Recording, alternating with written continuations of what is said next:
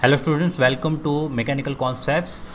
इस वीडियो में हम design of machine element subject में जो हमारा हेलिकल स्प्रिंग का टॉपिक बचा था, तो उसके न्यूमेरिकल सब मैं इस वीडियो में सॉल्व कराने वाला हूँ। तो इस वीडियो में मैं आपको न्यूमेरिकल नंबर 2 और न्यूमेरिकल नंबर 3 सॉल्व कराऊंगा। ओके, न्यूमेरिकल 2 जो है वो समर 19 4 मार्क्स का है, विंटर 16 का 4 मार्क्स का सम है, और क्वेश्चन नंबर 3 भी थोड़ा थोड़ा सेम ही है, तो समर 17 का 4 मार्क्स का ये सम है। ओके, सो दो सम मैं यहाँ पे इस वीडियो में कवर करने वाला हूँ। लास्ट वीडियो में मैंने आपको free length, solid length, spring index और स्प्रिंग स्टिफनेस ये सब की डेफिनेशन एक्सप्लेन की थी। ओके, सो चलिए ये दोनों सम फटाफट सॉल्व कर देते हैं। चलो, क्लोज कॉइल हेलिकल स्प्रिंग है, is to be design for loads ranging from 2.5 kilo newton से लेके 3 किलो न्यूटन। ओके, सो यहाँ पे हमारे पास दो लोड गिवन है। एक गिवन है पी मैक्सिमम और पी मिनिमम। मैक्सिमम कौन सा होगा? 3 किलो न्यूटन वाला। तो मैं यहाँ पे लिख देता हूँ P maximum is equal to 3 kilo newton, that means 3000 newton. Okay, and P minimum is equal to 2.5 kilo newton. कितना हो जाएगा? 2500 किलो, 2500 न्यूटन। अभी axial comparison of a spring for load range is, ये जो लोड रेंज है यानी 2.5 से लेके 3 किलो न्यूटन का जो लोड लग रहा है, उसके अंदर जो हमारा एक्सियल कंप्रेशन है यानी ये हो जाएगा हमारा डिफ्लेक्शन। ओके, डिफ्लेक्शन होता है delta. Okay, so delta given है 10 mm। Mean diameter of coil given है। ओके, सो ये मैंने आपको बताया था। यहाँ पे लिखने में मुझे लग रहा है गलती हो गई है, क्योंकि कॉइल नहीं होना चाहिए, यहाँ पे मीन डायमीटर ऑफ स्प्रिंग होना चाहिए। ओके, हेलिकल स्प्रिंग जो रहती है समथिंग, तो ये जो mean diameter of spring, okay, जिसको हम डी बोलते हैं, तो डी होना चाहिए वहाँ पे। So capital D is equal to 36 mm। Spring index given है, लास्ट वीडियो देखा होगा तो स्प्रिंग इंडेक्स की फॉर्मूला भी आपको पता होगी। तो सी बोलते हैं स्प्रिंग इंडेक्स को, और हमें फाइंड करना है, देखिए क्या क्या फाइंड करना है हमें। डायामीटर ऑफ स्प्रिंग नहीं होना चाहिए यहाँ पे, डायामीटर, क्योंकि मीन डाया तो हमारा स्प्रिंग का था, और डायामीटर ऑफ कॉइल होना चाहिए। ओके, यहाँ पे कुछ गलती मुझे लग रही है, यहाँ पे कॉइल डायामीटर होना चाहिए, दैट मीन्स स्मॉल डी यहाँ पे फाइंड करना है। Number of active coils find करना है यानी एन फाइंड करना है। ओके, एन डैश होता है टोटल नंबर ऑफ कॉइल और एन होता है number of active coil. Okay, spring stiffness find करनी है यानी कि क्यू फाइंड करना है। ओके, और जी गिवन है भाई, जी है capital G 0.8 into 10⁵ mega pascal. चलिए, सम सॉल्व करने के लिए आपको मैं कुछ फार्मूला दे रहा हूँ हेलिकल स्प्रिंग की। ये सारी फार्मूलाज आप अच्छे से लर्न कर लेना। कौन सी फार्मूला है आप देख लीजिए। सबसे पहली जो फार्मूला आपको याद रखनी है वो है Wahl's correction factor. Okay, Wahl's factor बोलते हैं, तो ये एक फार्मूला आपको याद रखनी है जो है KS is equal to 4C minus 1 divide by 4C minus 4 plus 0.615 divide by C। Okay, तो ये एक फार्मूला याद रख लीजिए। दूसरा एक फार्मूला है स्ट्रेस का। ओके, जो शियर स्ट्रेस होती है टेंसाइल स्प्रिंग के अंदर, जो हेलिकल स्प्रिंग के अंदर, तो शियर स्ट्रेस होगा, तो उसका फार्मूला है KS multiply by 8PD upon pi D cube. Okay, 8PD upon pi D cube. और एक लास्ट फार्मूला मैं आपको दे रहा हूँ वो है डेल्टा की। ओके, डिफ्लेक्शन, यहाँ पे कौन सी चीज़ क्या है वो मैं आपको यहाँ पे लिख देता हूँ। ओके, सो डेल्टा होगा हमारा डिफ्लेक्शन, तो डिफ्लेक्शन का फॉर्मूला है 8NPD cube divide bye G D⁴। Okay, चलो, तो ये सारी फार्मूला आपको लर्न होनी चाहिए, जिसमें के एस है वॉल्स करेक्शन फैक्टर, या तो वॉल्स फैक्टर सिंपली बोलता है। सी जो है, देखिए सी है हमारा स्प्रिंग इंडेक्स है, spring index. Tau shear stress है, या तो सिंपली स्ट्रेस भी बोल सकते हो, क्योंकि स्प्रिंग में हमारा यहाँ मेन जो मेजर रोल है वो शियर स्ट्रेस का है। कैपिटल पी जो लोड है, लोड एक्ट हो रहा है वो। Capital D mean diameter of spring, mean diameter of spring. Small d coil diameter, okay, या तो diameter of coil. And N देखिए यहाँ पे है एक डेल्टा है, डेल्टा का मतलब होता है डिफ्लेक्शन। डिफ्लेक्शन, अगर सपोज एक स्प्रिंग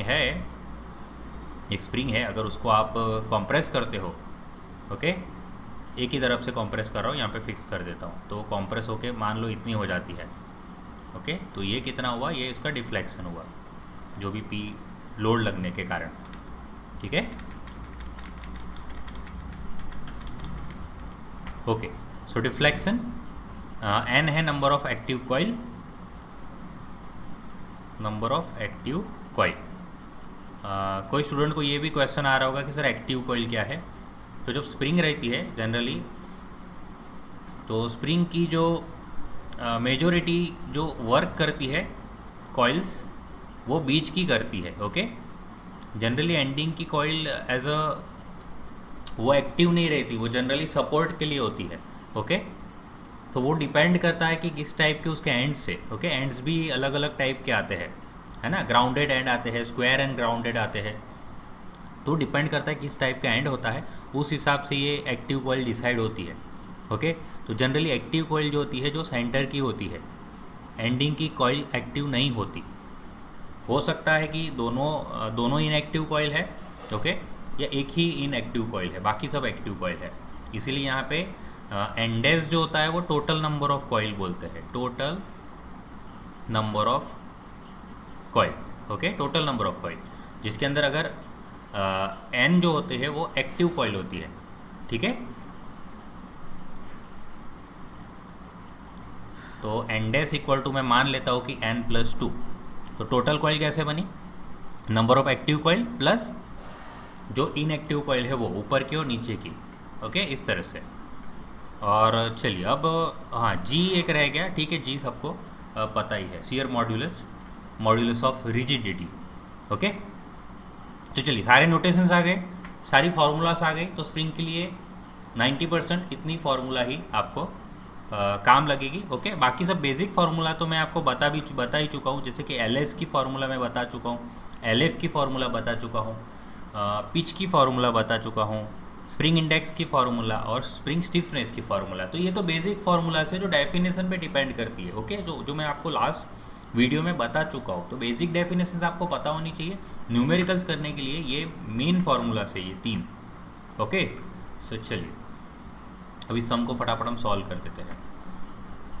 यहाँ पे जो लोड है, जो डिफ्लेक्शन 10 mm है, वो लोड रेंज का बताया हुआ है, आप देखिए ध्यान से, ये लोड रेंजिंग है, और axial compression of spring for load range, यानी इतनी रेंज के लिए ये 10 mm का आपको डिफ्लेक्शन दिया है। इसका मतलब हमें क्या निकालना पड़ेगा, लोड रेंज निकालनी पड़ेगी। तो लोड रेंज क्या हो जाएगी, P max minus P minimum. तो जो 3000 का लोड लग रहा है मैक्सिमम और 2500 मिनिमम, तो टोटल जो लोड रेंज हो गया वो हो गया हमारा 500 न्यूटन, ठीक है। चलिए अब हम 1 बाय 1 जो भी जितनी चीज़ें फास्ट फाइंड हो सकती है वो फाइंड करेंगे। जैसे कि सबसे पहले क्या फाइंड हो जाएगा, डी फाइंड हो जाएगा। देखिए कैसे फाइंड हो जाएगा, तो हमारे पास पहले हेडिंग लगा देता हूँ मैं, diameter of coil, diameter of coil. तो कैसे फाइंड करेंगे डायामीटर ऑफ कॉइल, उसके लिए हमारे पास सी का फार्मूला है कि जो स्प्रिंग इंडेक्स होता है capital D upon small D होता है। तो सी गिवन है देखिए 6, कैपिटल डी हमारा गिवन है 36 डिवाइड बाय स्मॉल डी। तो इससे हमारा क्या आ जाएगा, स्मॉल डी आ जाएगा तो डी इधर जाएगा, 6 नीचे जाएगा, सो 6 mm। सो चलिए एक आंसर तो यहाँ पे डायरेक्टली आ चुका। Okay, so this is answer number 1। Easy है, एक काम हो गया हमारा।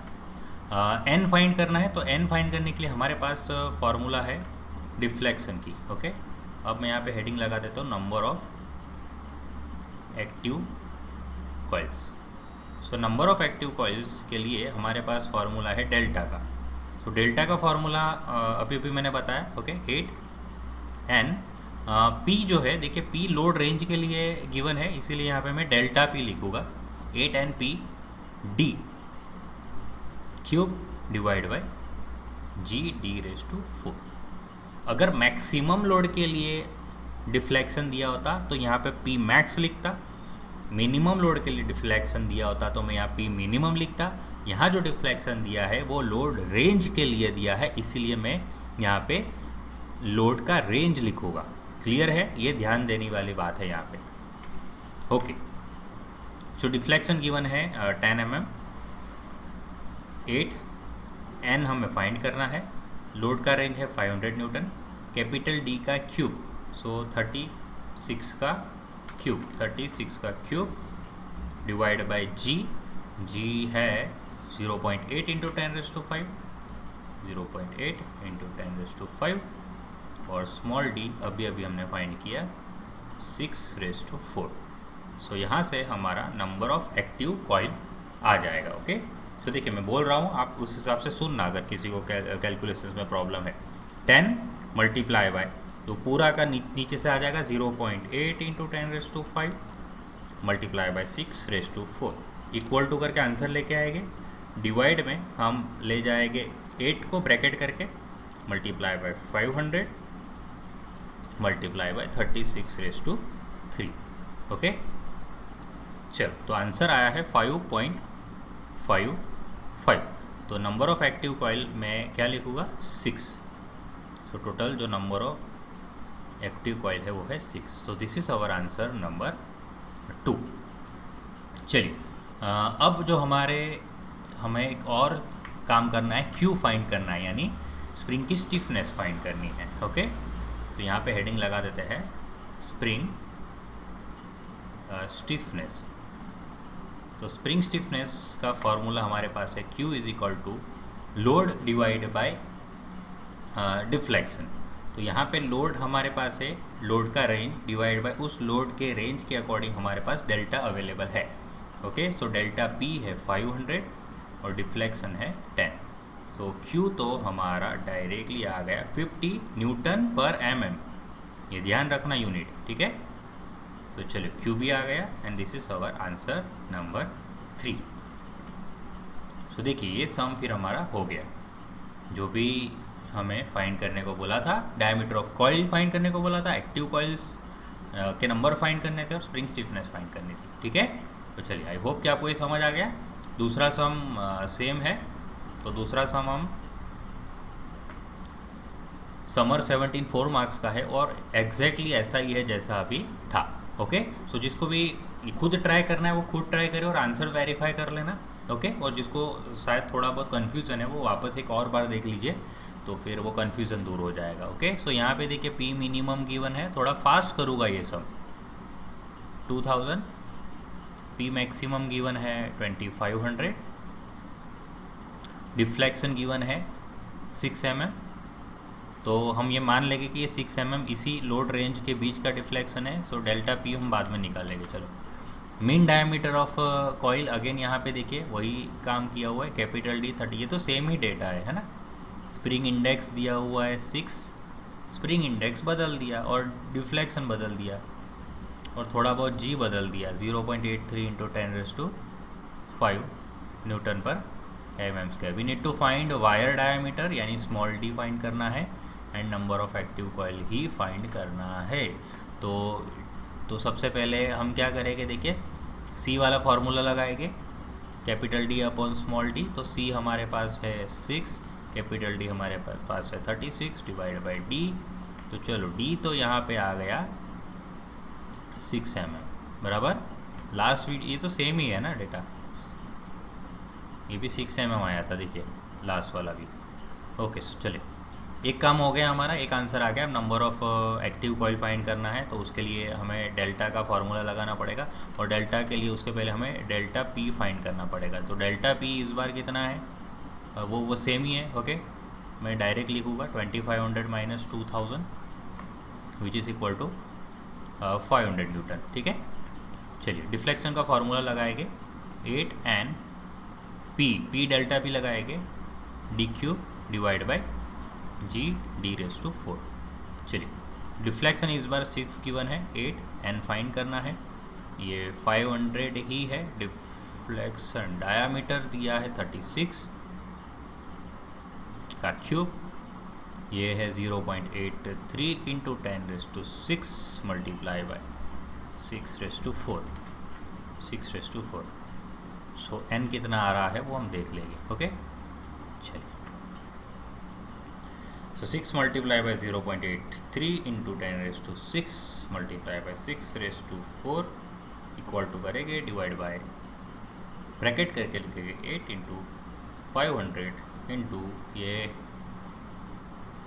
36। ओके, दिस इज 36, वापस लिख देता हूँ 36 का क्यूब।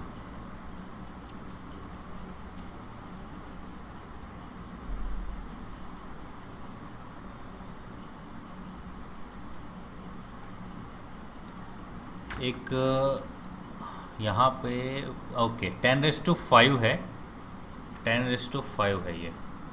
ठीक है, क्योंकि नंबर ऑफ कॉइल कितनी आई मेरी 34 आई, तो वहीं से पता चल रहा है कि कुछ हमने गड़बड़ कर दी है। Okay, so 6 raise to 4 divide by 8 into 500 into 36 raise to 3.45। So number of active coil आ जाएगी 4। Okay, 4 mm। So this is our answer number 2। तो आंसर नंबर 1 था हमारा वायर डायमीटर, और आंसर नंबर 2 है हमारा नंबर ऑफ एक्टिव कॉइल। चलिए फिर सम नंबर हमारा 2 और 3 हो चुका है। नेक्स्ट वीडियो में हम ये सम नंबर 4 और सम नंबर 5 करेंगे, यानी कि समर 18 का 4 मार्क्स का सम और विंटर 17 का 7 मार्क्स का सम। ओके, ये 2 सम हम नेक्स्ट वीडियो में करेंगे। तो चलिए फिर, आई होप कि मैंने ये जो एग्जाम्पल किया वो आपको समझ आ गया है। वीडियो अच्छा लगा तो लाइक करिए, ज़्यादा से ज़्यादा अपने दोस्तों से इस वीडियो को शेयर कीजिए, और अगर फर्स्ट टाइम इस चैनल को विजिट कर रहे हो तो चैनल को सब्सक्राइब करना ना भूलना। चलिए फिर अब मिलेंगे नेक्स्ट वीडियो में। थैंक यू, जय हिंद।